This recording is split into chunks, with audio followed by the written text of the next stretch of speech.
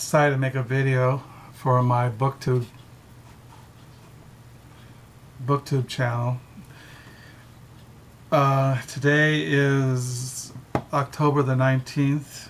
It's a Wednesday. It is 9:07 at night here in West Michigan. Yeah, so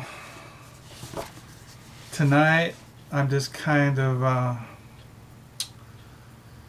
well, I haven't been making videos because right now we're having our old kitchen torn out, and they are going to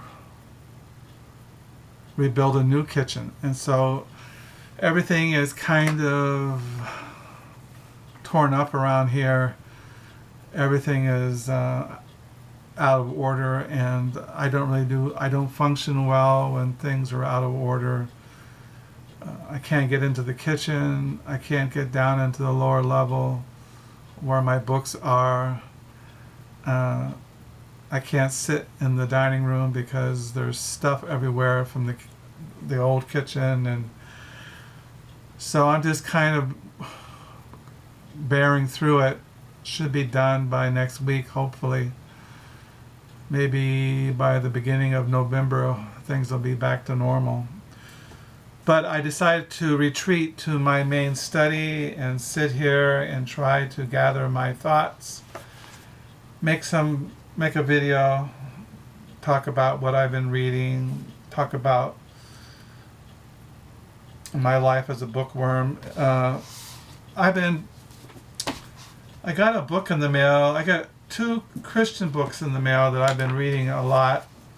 The first one I got, I don't know when I received this, but I think maybe it was last week, but I've been reading it. The day of the revolution began, considering the meaning of the Jesus Crucifixion, N.T. Wright. I think I mentioned that in a video. So I was reading that.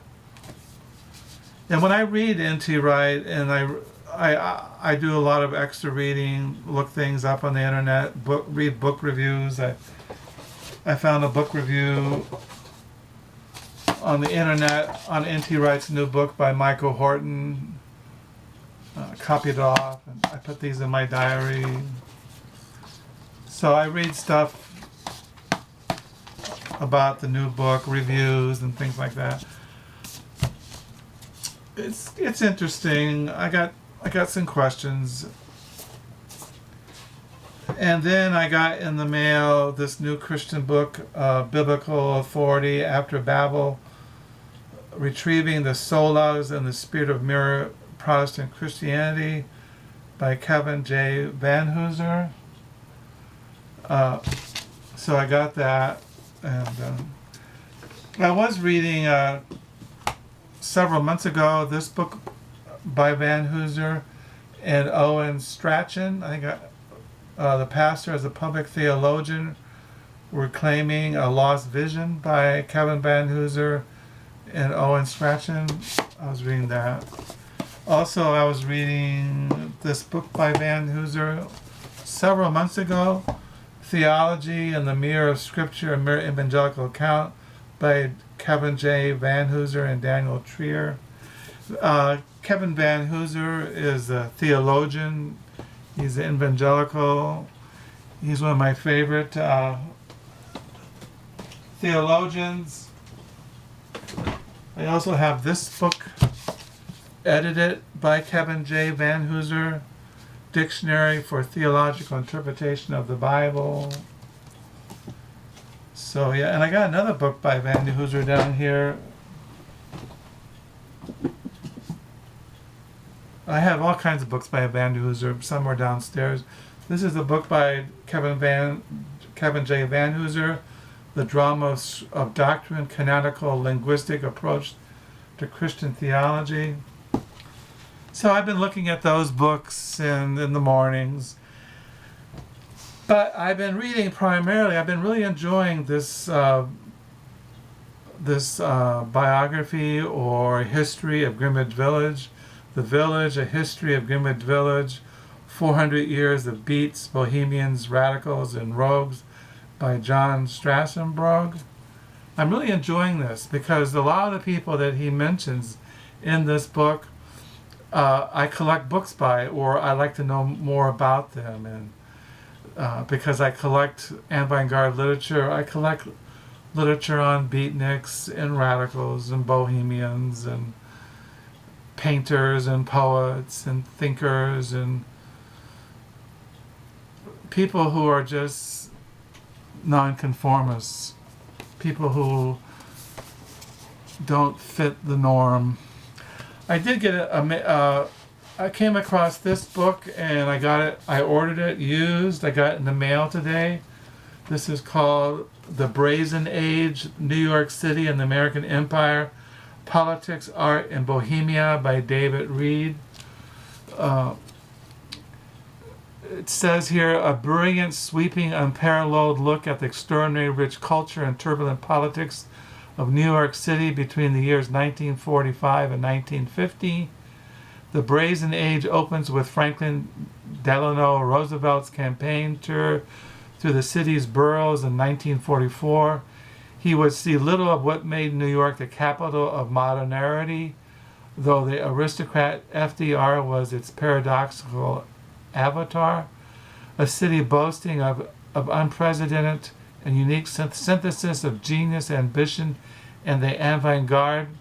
While concentrating on those 5 years, David Reed also reaches back to the turn of the 20th century to explore the city's progressive politics, radical artistic experimentation, and the beginning of Bohemia. From 1900 to 1929, New York City was a dynamic metropolis on the rise, and it quickly became a cultural nexus of new architecture, the home of thriving moving business, the glittering center of theater and radio, the hub of book, magazine, and newspaper publishing. In the 1930s, the rise of Hitler and World War II would send some of Europe's most talented men and women to America's shores, vastly enriching the fields of science, architecture, film, arts, and letters. Einstein is mentioned, Nevatov, Thomas Mann, John Lucas. Reed draws a portrait of the frenzied creative energy at the Bohemian Greenwich Village, from the taverns to the salons, revolutionaries, socialists, and the intelligentsia, like the intelligent people, intellectuals. And so it goes on here. In the 1910s, we're drawn to a highly provocative monthly magazine, The Masses, which attracted the era's greatest talent, John Reed, John Stallone, Stuart Davis, Sherbert and Anderson.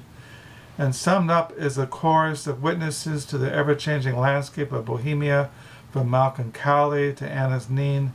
Also present are the pioneering photographers who capture the city in black and white, and it goes on and on. So I got that in the mail today. I started looking at it this afternoon. It goes along, like I said, I collect books on this kind of subject. So that's what's going on here. Like I said, they're tearing up the kitchen and everything is a mess around here, and I just have to sit tight and not freak out. I wasn't going to go to a book sale tomorrow, but our car, we think our brakes are going out. So tomorrow morning I got to take our car to the car shop. I have an old Dodge van that's 26 years old, but I don't like driving at long distances. So I will not go to that used book sale, which I don't really care. And also I've noticed the last couple of weeks that going to thrift stores, I've not been able to find any books lately. There's been a dry spell. I don't know why. It's kind of weird. Salvation Army cut back on selling used books, which was a primary source of my used books. They have a very small section now. So I don't know, but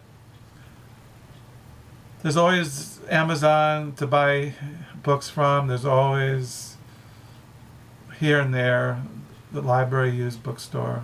So I'm sure I'll find things. Plus, I got 10,000 books already, so do I really need any more? So I'm hoping you are having a good week, and thank you for the new subscribers, and feel free to comment, ask me questions, and until next time, bye.